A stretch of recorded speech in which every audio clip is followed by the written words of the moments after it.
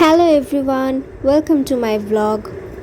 আজকে যেহেতু শনিবার, তাই সকালবেলা উঠে ফ্রেশ হয়ে প্ল্যান করলাম বাবার সাথে আজকে গ্রসারিতে যাব। ইয়েস, যেহেতু ফাইনাল শেষ, বাসায় বসে বসে খুবই বোর লাগছিল, তাই ভাবলাম যাই একটু ঘুরে আসি। অনেকদিন সাথে বাবার সাথে ঘোরা হয় না।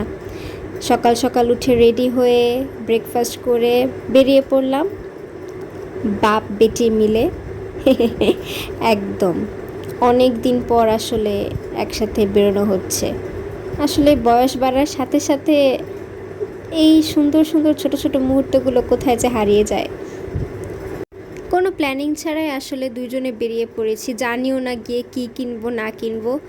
এই টুকটাক যা লাগে আর কি, সবজি বা মাছ বা ছোট ছোট দরকারি কিছু জিনিস, শ্যাম্পু, এসব কিনবো আশা করছি। আমরা রিকশায় উঠে পড়লাম, রিকশায় উঠে চলে যাচ্ছি স্বপ্নে।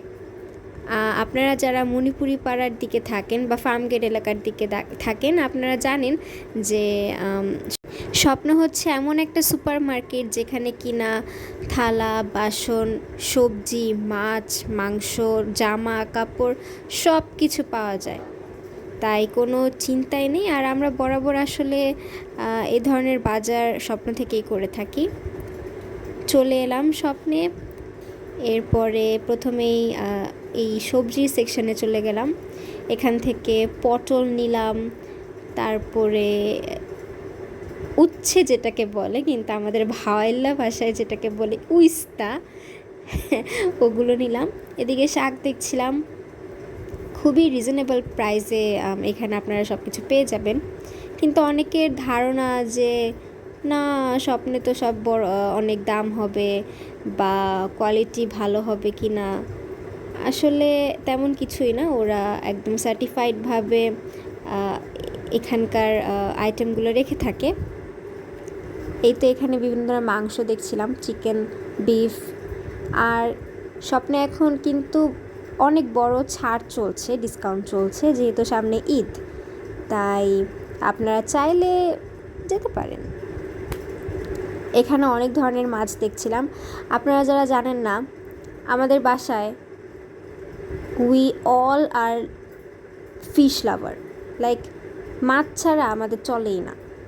মানে বলতে গেলে মাসের অর্ধেক খরচ মানে মাছের পিছনেই যায়, এরকম একটা অবস্থা। আর এরপর এখান থেকে তেল নিয়ে নিলাম।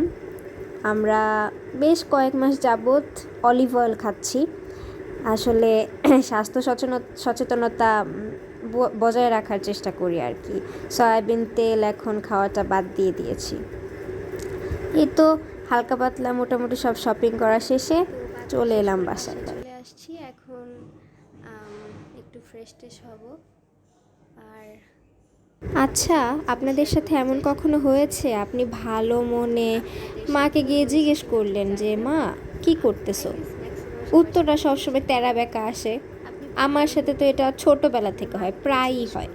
তাই আজকে এই জিনিসটা আবার করব, আপনাদের সাথে শেয়ার করব যে অ্যাকচুয়ালি এই রিপ্লাইটা আসে কিনা। আপনারা কিন্তু আমাকে কমেন্ট করে জানাবেন, ওকে?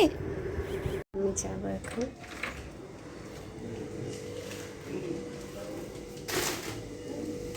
মা কি করো? হ্যাঁ, নাসিরি নাসিরি নাসিরি নাসিরি ভাই আমি না বুঝি না, এত সুন্দর করে জিজ্ঞেস করে এভাবে কি উত্তর দেয়? যাই হোক, এখানে মা রান্না বান্না করতেছে, ঢ্যাঁড়স দিয়ে একটা মাখা মাখা কারির মতো রান্না করতেছে। আর এই জায়গায় মাংস রান্না হচ্ছে। আর ইলিশ মাছ এনেছিলাম আমরা, ইলিশ মাছ দিয়ে উইস্তা দিয়ে একটা ভাজি রান্না করেছিল আর কি। আর মাকে বিরক্ত করতে আমার ভীষণ ভালো লাগে, মাকে বলছিলাম তাকাও তাকাও তাকাও। আর বিকালবেলা আমি একটা ছোট্ট রেসিপি ট্রাই করেছিলাম, সেটার ভিডিও আমি অলরেডি আপলোড করে দিয়েছি, যদি দেখে না থাকেন দেখে নিন। তেমন কিছুই না, জাস্ট ফ্রোজেন কিছু আইটেম দিয়ে, যেমন নাগেটস, ফ্রেঞ্চ ফ্রাই, তারপর চিকেন পপকর্ন, এগুলো দিয়ে আর কি ভেজে। এখানে আমি প্রথমে টমেটো সস দিয়েছি, তারপরে আমি বারবিকিউ সস, মায়োনিজ, এগুলো আর কি বিভিন্ন টাইপের সস মিক্সড করে এটার সাথে অরিগেনো দিয়েছি, তারপর ব্যাসিল লিভস দিয়েছি আর চিলি ফ্লেক্স দিয়েছি। আর আমি যেহেতু খুব ঝাল খাই, মানে ঝালে হা হা হা হা করি, কিন্তু তাও ঝাল খাবো, এরকম একটা অবস্থা। তো আমার কাছে বেশ ভালো লেগেছে।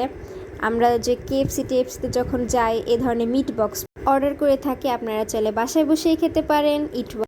ইট was really yum and easy. এই ছিল আজকের একটা মিনি ব্লগ। ভালো লাগলে সাবস্ক্রাইব করবেন আমার চ্যানেল, লাইক দিয়ে রাখবেন, ফেসবুক পেজে একটা ফলো দিবেন। Thanks for watching.